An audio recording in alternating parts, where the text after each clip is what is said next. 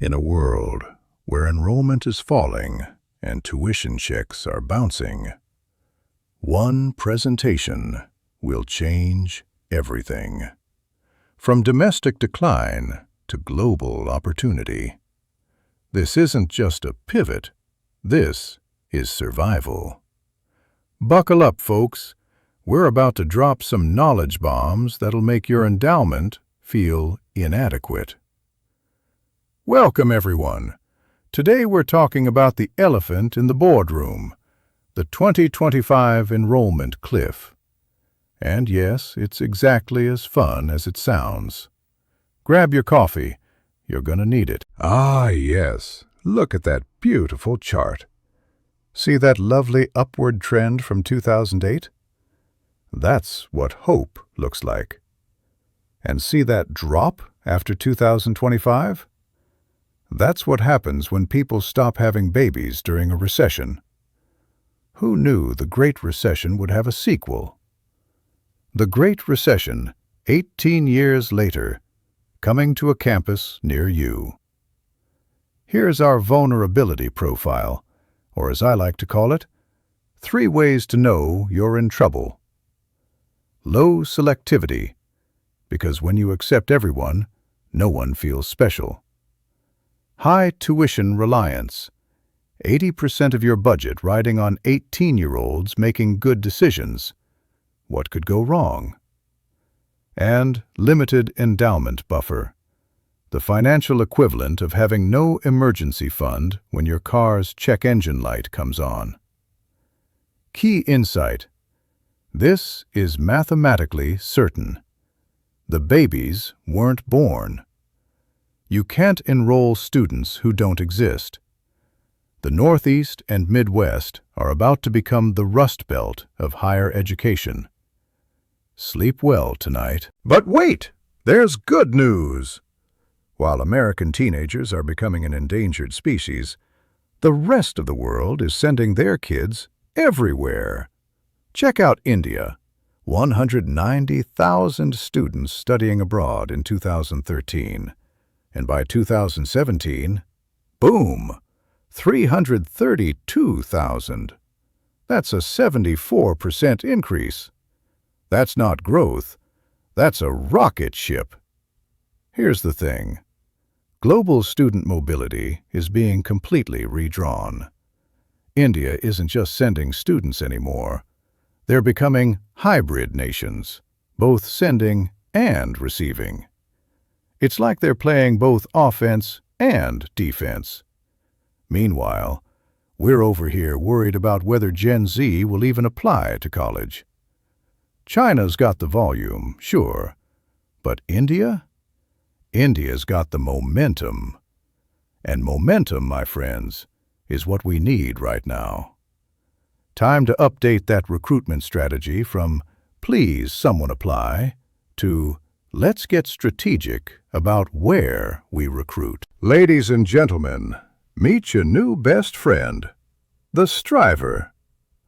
They make up 46% of Indian applicants, and they are not messing around. These folks have high academic preparedness. They've been studying since they could hold a pencil. They want financial aid. They need ROI. And they are laser-focused on career outcomes. You know that beautiful brochure you made with students playing frisbee on the quad? The one with the artisanal coffee shop and the rock-climbing wall? Yeah, the striver does not care. They didn't come here for the experience. They came here for a job. Here's your comparison. The explorer, that rare unicorn who wants experience over rank and has low concern for cost? Yeah, they're 13% of the market and declining. They're like a limited edition Beanie Baby. Cute, but not paying your bills. So here's the headline. Stop marketing campus life. Start marketing starting salaries. This is business, people. The striver treats education like an investment, not a vacation. And honestly, they're not wrong. And now for today's forecast. We've got economic headwinds moving in from the east. The rupee has depreciated 6.16%. That's your trigger. U.S. tuition inflation at 8%. That's your multiplier. Put them together and you get, drum roll, a whopping 10% cost increase. The Economic Times said it best. U.S. education dream of Indian students got dearer by 10%. And by dearer, they mean, holy cow, that's expensive. For every 1 lakh rupees, families are paying an extra 6,575 rupees. That's real money, folks.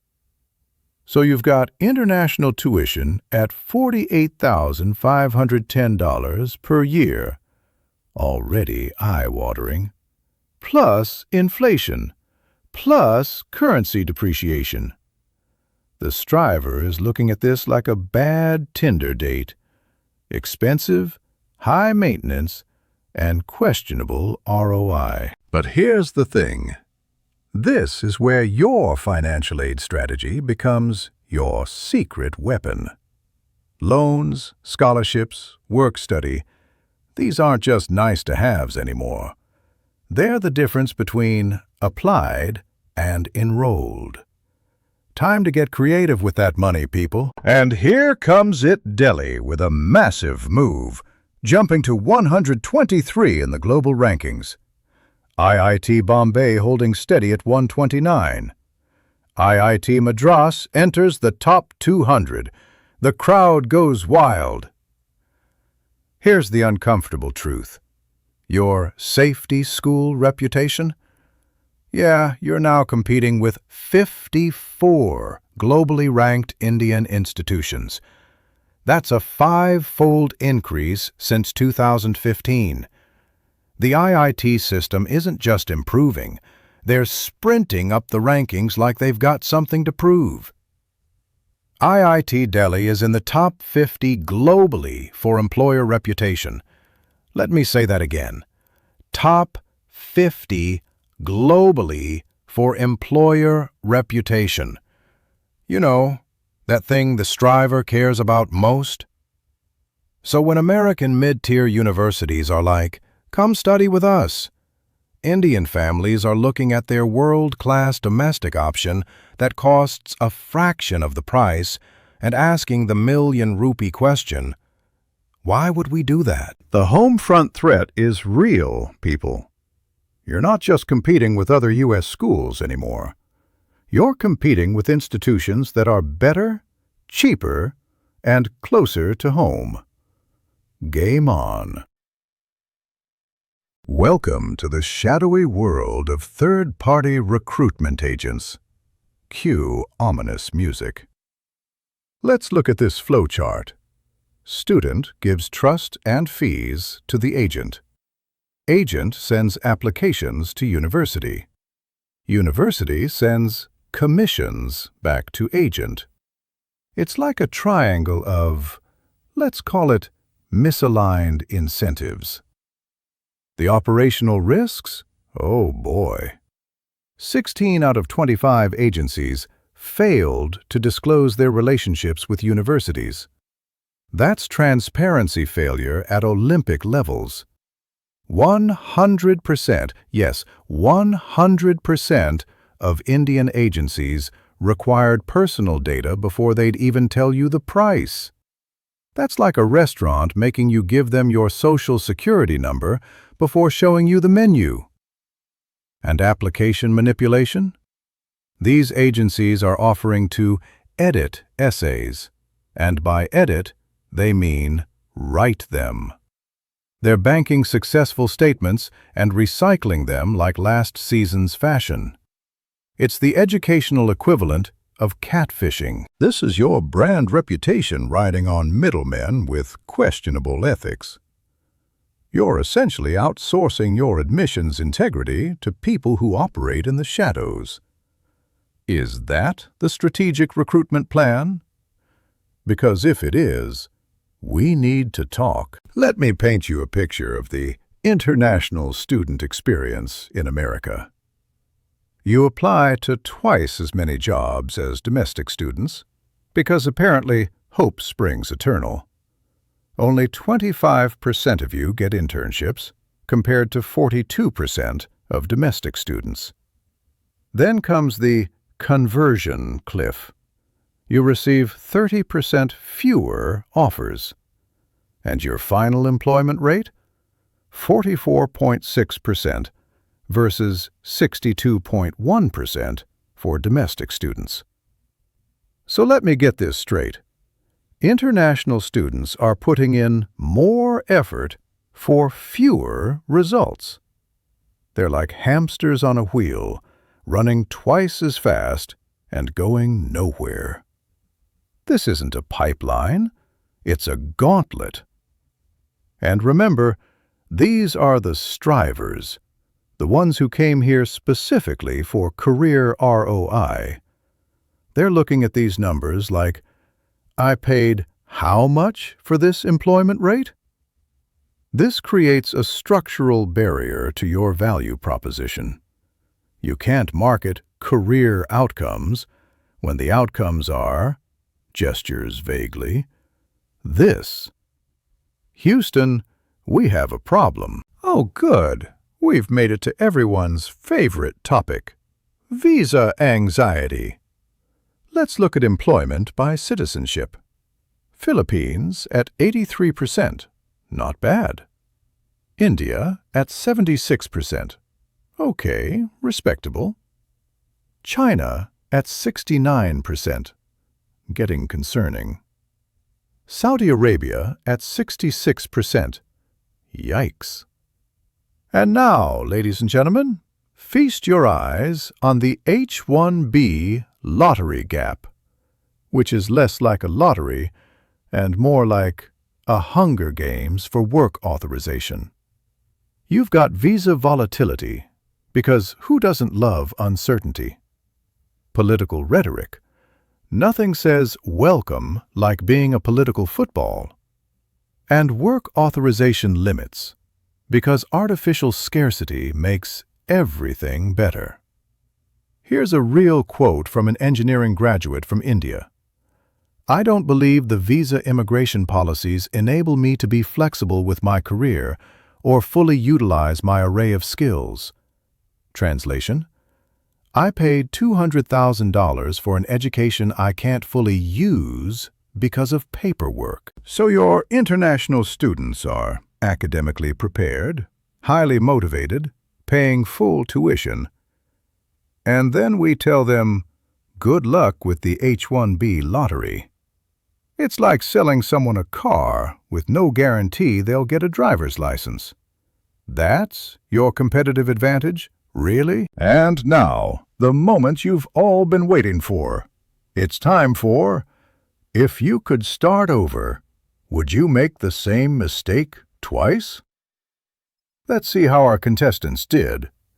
Philippines, 60% would go to the same institution. Not bad. Nigeria, 45% loyalty. China, 42%. They'd stick with you. Saudi Arabia, 39%.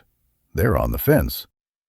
And India, drum roll, only 36% would choose the same institution again. But wait, there's more. 41% would go to a different institution. That's right, folks. More Indians would change schools than would stay loyal. Here's what that means. 1 in 4 Indian graduates say the cost wasn't worth it. Your word-of-mouth recruitment? That golden pipeline of, my cousin went there and loved it? It's broken. When alumni are expressing buyer's remorse, that's not just a marketing problem, that's an existential crisis. These are your brand ambassadors going home and telling their communities, maybe look elsewhere.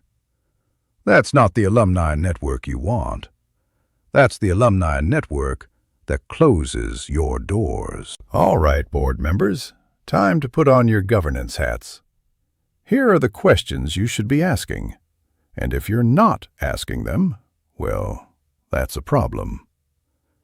Question 1. Demographics. How have our in-state versus international ratios changed over the last 10 years? Are we actually tracking regional birth rate declines? Or are we just hoping for the best? Hope is not a strategy, people. Question 2. Financials. Is our financial model stress-tested against a 15% enrollment decline? Because that decline is coming. It's not if, it's when. Can we survive that hit?